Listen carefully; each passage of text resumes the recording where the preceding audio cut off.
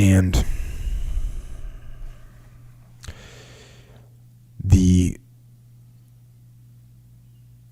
sick and depraved and disgusting and horrific stories go on and on and on. And the brutality, page after page after page of diary entries and quotes and witness accounts. And then pictures. There is pictures in the book. And the pictures of severed heads and Chinese bound to poles being bayoneted to death, and pictures of others being beheaded, and pictures of giant pits filled with bodies, and images of hundreds and hundreds of bodies and entangled masses on the banks of the Yangtze River. It's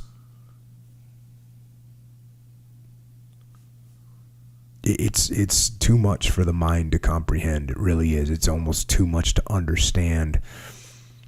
And so what we do is we package it all up, right? And we give it a name, a massacre,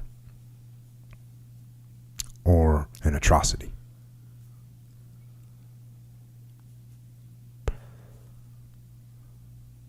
And I'm sure you could tell, I mean, even as I'm sitting here reading this, I'm gone. I'm just numb. But we have to remember that every one of those people tortured, raped, and killed was a person.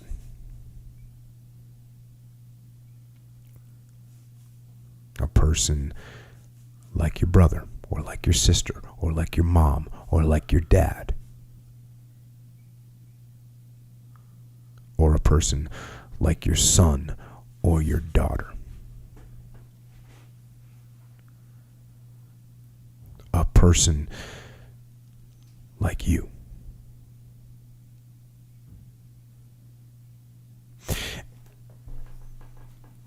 And maybe you can get a hold of that. But what's in some ways even harder to grasp is the Japanese soldiers.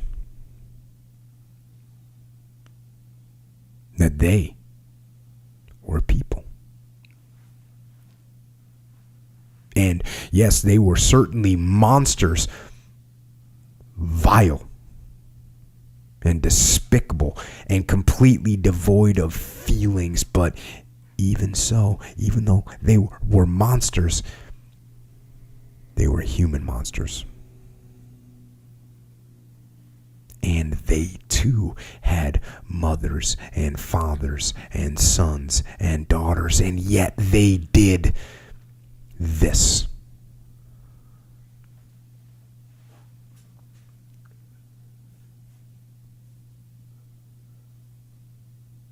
And the fact that what happened at Nanking was so brutal and so beyond comparison with anything that ever happened was one of the things that almost caused it to be forgotten. And that supreme level of brutality lasted about 6 weeks.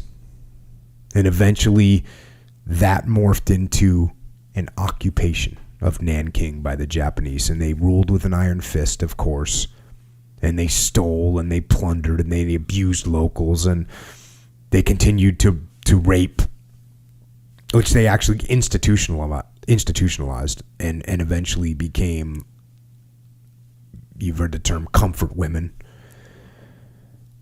And they gave out opium freely to enslave people. Just like happens in this day and age, people become slaves to drugs.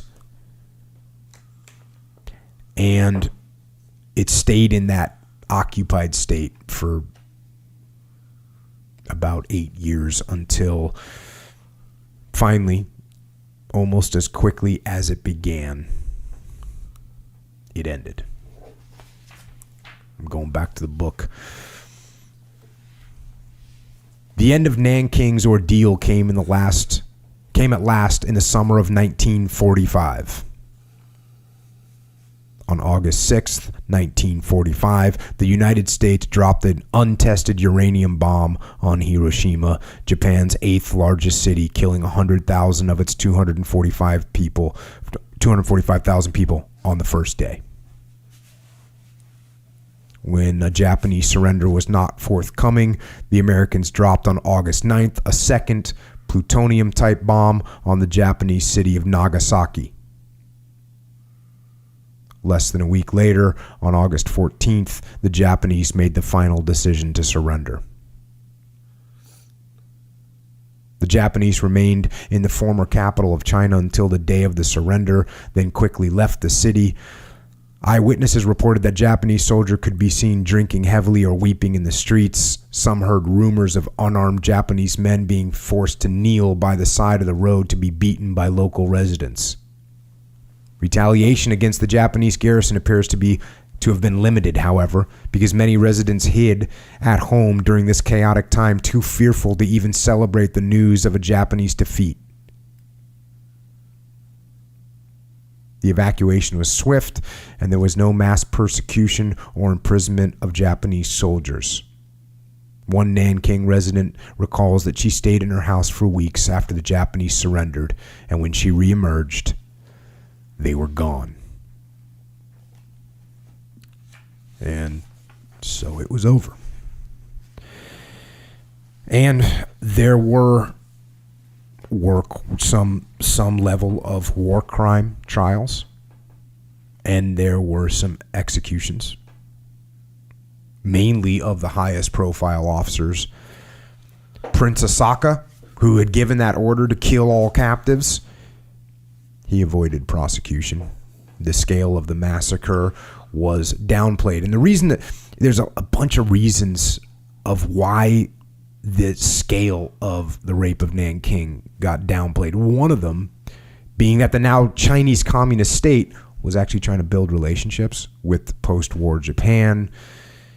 So the massacre was quietly buried, and now you had the Chinese people were now in a communist state, and there wasn't much speaking out to do.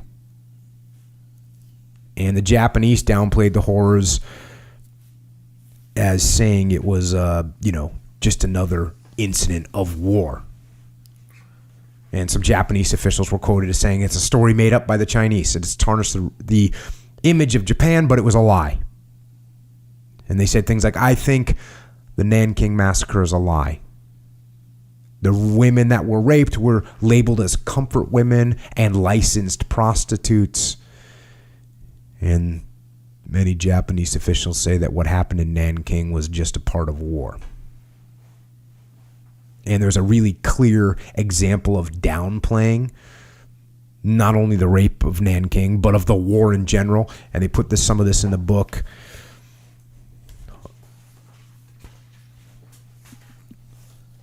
And they're talking about the Japanese education system. Here we go. Back to the book. The entire Japanese education system suffers from selective amnesia. For not until 1994 were Japanese school children taught that Hirohito's army was responsible for the deaths of at least 20 million Allied soldiers and Asian civilians during World War II. In the early 1990s, a newspaper article quoted a Japanese high school teacher who claimed that his students were surprised to learn that Japan had been at war with the United States. The first thing they wanted to know was who had won. In 1977, the Ministry of Education reduced a section on World War II within a standard history book of several hundred pages to only 6 pages, which consisted mainly of pictures of American firebombing of Tokyo, a picture of the ruins of Hiroshima, and a tally of Japan's war dead. The text neglected to mention the casualties on the other side, Japanese war atrocities, or the forced evacuations of Chinese and Korean prisoners to labor camps in Japan. Much of the censorship might have gone unchallenged had it not been for the efforts of one brave crusader. In 1965, the Japanese historian Enega Saburo sued the Japanese government. This lawsuit was the beginning of a legal battle that would span 3 decades and gain the backing of thousands of sympathetic Japanese followers. The ministry interfered with Onega's attempts to document the Nanking massacre for school children. For example, in his textbook manuscript, Onega wrote this, quote, "Immediately after the occupation of Nanking, the Japanese army killed numerous Chinese soldiers and citizens. This incident became known as the Nanking Massacre." Now, when his book got checked by the Examiner commented, quote, "Readers might interpret this description as meaning that the Japanese army unilaterally massacred Chinese immediately after the occupation. This passage should be revised so that it is not interpreted in such a way." And here's what the passage eventually got changed to. "While battling the fierce resistance of the Chinese armed forces, the Japanese occupied Nanking and killed numerous Chinese soldiers and civilians. This incident came to be known as the Nanking Massacre." That statement might have satisfied textbook censors as a compromise between Onega's argument and the ministry's position on the massacre. Unfortunately, the statement is simply not true because it implies that the massacre occurred in the heat of battle. Continuing on, the Examiner demanded that Onega delete his description of the rape itself, claiming that the violation of women is something that has happened on every battlefield in every era of human history.